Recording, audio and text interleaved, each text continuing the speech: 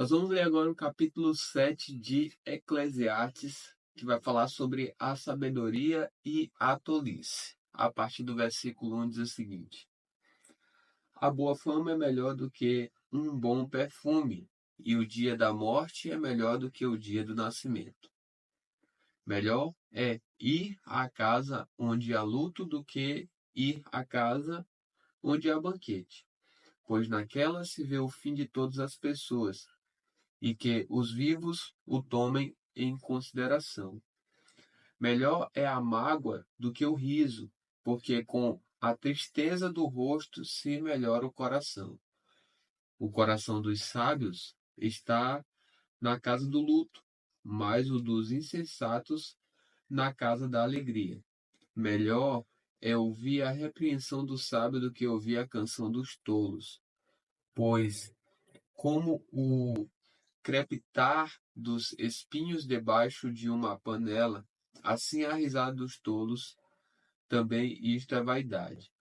Certamente a opressão faz do sábio um tolo, e o suborno corrompe o coração. Melhor é o fim das coisas do que o seu princípio. A paciência é melhor do que a arrogância. Não se apresse em ficar irado, porque a ira se abriga no íntimo dos tolos. Nunca pergunte por que os dias passados foram melhores do que os de agora, pois não é sábio fazer essa pergunta. Boa é a sabedoria, havendo herança. Ela é proveitosa para os que veem o sol. A sabedoria protege do mesmo modo que o dinheiro, mas a vantagem da sabedoria é que ela dá vida a quem a possui. Observe as obras de Deus, pois quem poderá endireitar o que ele fez torto? No dia da prosperidade, seja feliz, mas no dia da adversidade, considere que Deus fez tanto este como aquele, para que o ser humano não descubra nada do que há de vir depois dele. Tudo isto vi nos dias da minha vaidade. Há justos que perecem na sua justiça, e há ímpios que prolongam os seus dias na sua maldade. Não seja demasiadamente justo, nem exageradamente sábio, porque você destruiria a si mesmo. Não seja demasiadamente perverso, nem seja tolo, porque você morreria antes da sua hora. Bom é que você retenha isto e também não abra mão daquilo, pois quem teme a Deus sai ileso de tudo isto. A sabedoria fortalece o sábio, mais do que 10 poderosos que se encontram numa cidade. Não há nenhum justo sobre a terra que faça o bem e que não peque. Não dê atenção a todas as palavras que se dizem, para que você não venha a ouvir o seu servo amaldiçoando você. E você sabe que muitas vezes você mesmo já amaldiçoou os outros. Tudo isto examinei por meio da sabedoria. Eu disse: serei sábio, mas a sabedoria estava longe de mim. O que está longe e é muito profundo, quem o poderá encontrar? Procurei conhecer, investigar, buscar a sabedoria e a razão e compreender que a maldade é estupidez e a tolice é loucura. Achei coisa mais amarga do que a morte. A mulher cujo coração é rede e armadilha e cujas mãos são correntes. Quem agrada a Deus fugirá dela, mas o pecador virá a ser seu prisioneiro. Eis o que descobri, diz o pregador, conferindo uma coisa com outra, para a respeito delas formar o meu juízo. Juízo que ainda procuro e não encontrei. Entre 1000 homens achei um como esperava, mas entre tantas mulheres não achei nem sequer uma. O que descobri é tão somente isto, que Deus fez o ser humano reto, mas ele se meteu em muitos problemas. Nós vamos ver agora o capítulo 8 de Eclesiastes e o versículo 1 diz o seguinte: Quem é como o sábio? E quem sabe a interpretação das coisas? A sabedoria faz reluzir o rosto de uma pessoa e muda a dureza do seu semblante. E aí Salomão vai falar sobre a obediência ao rei a partir do versículo 2. Diz assim: Eu digo a você, observe o mandamento do rei, e isso por causa do juramento que você fez diante de Deus. Não tenha pressa em sair da presença dele, nem insista em fazer o que é mal, porque ele faz o que bem entende. Porque a palavra do rei tem autoridade suprema. Quem pode lhe perguntar: O que você está fazendo? Quem guarda o mandamento não experimenta nenhum mal, e o coração do sábio conhece o tempo e o modo certo de agir. Porque há um tempo e um modo para todo propósito, porque é grande o mal que pesa sobre o ser humano. Ninguém sabe o que vai acontecer, pois quem poderá lhe dizer o que vai acontecer? Não há ninguém que tenha domínio sobre o espírito para o reter, nem tampouco quem tenha poder sobre o dia da morte. Não há como escapar desse combate, e a maldade não poderá livrar os que a praticam. Tudo isso vi quando comecei a pensar no que se faz debaixo do sol. Há um tempo em que uma pessoa tem domínio sobre outra, para seu próprio mal. E aí Salomão agora vai falar sobre as desigualdades da vida, a partir do versículo 10, que vai dizer o seguinte: Assim também vi os ímpios serem sepultados com honra, ao passo que os que frequentavam o lugar santo foram esquecidos na cidade onde fizeram bem. Também isto é vaidade.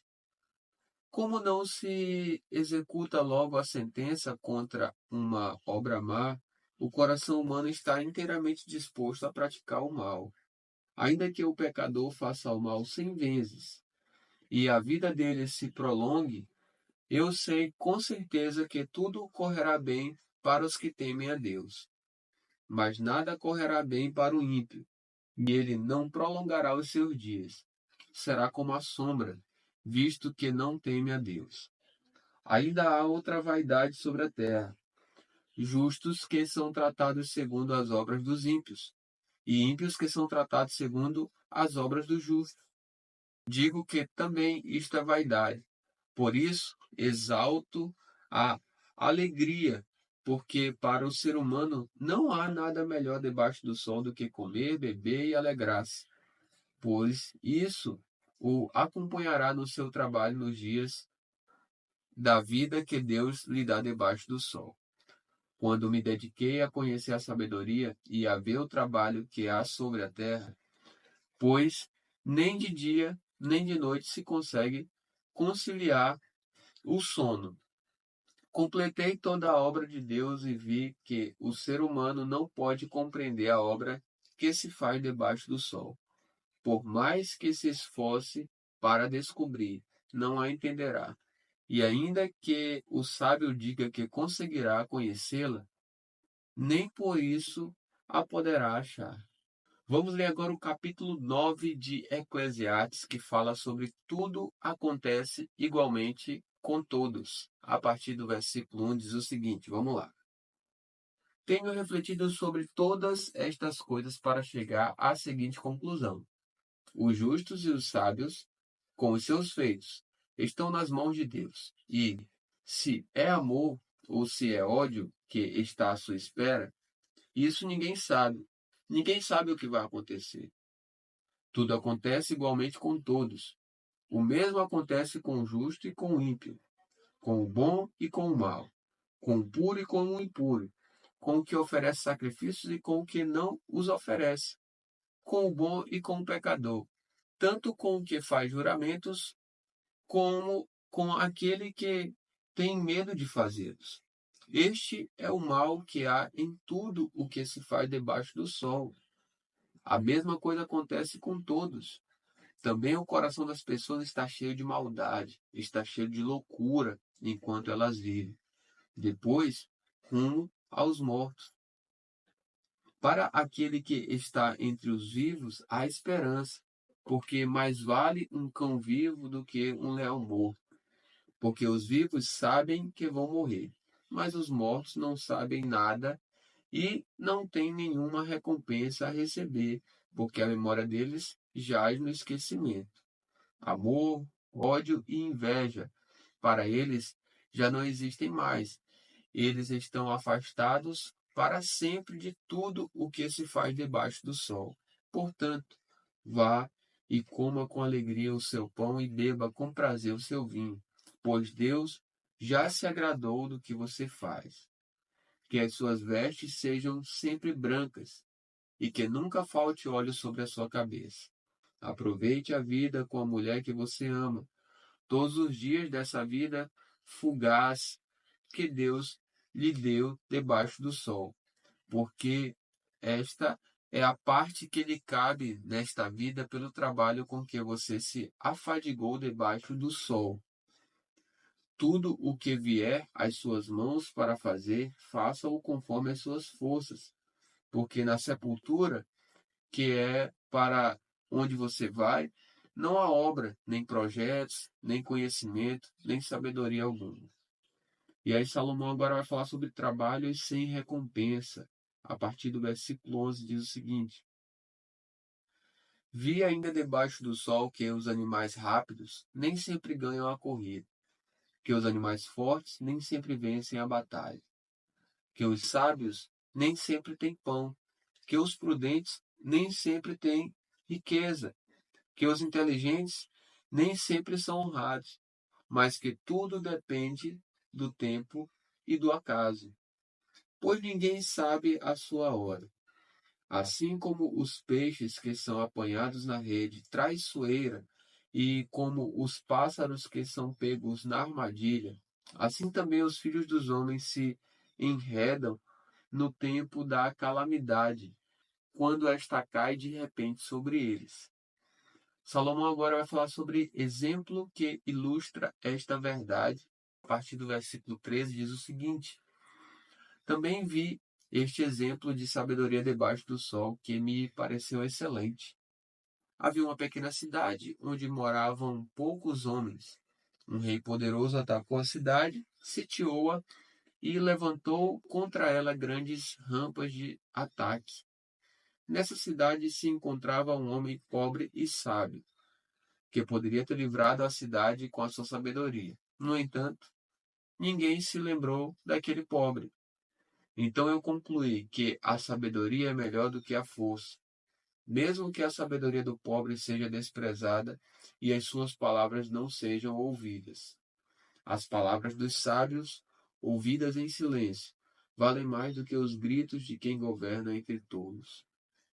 Melhor é a sabedoria do que as armas de guerra, mas um só pecador destrói muitas coisas boas.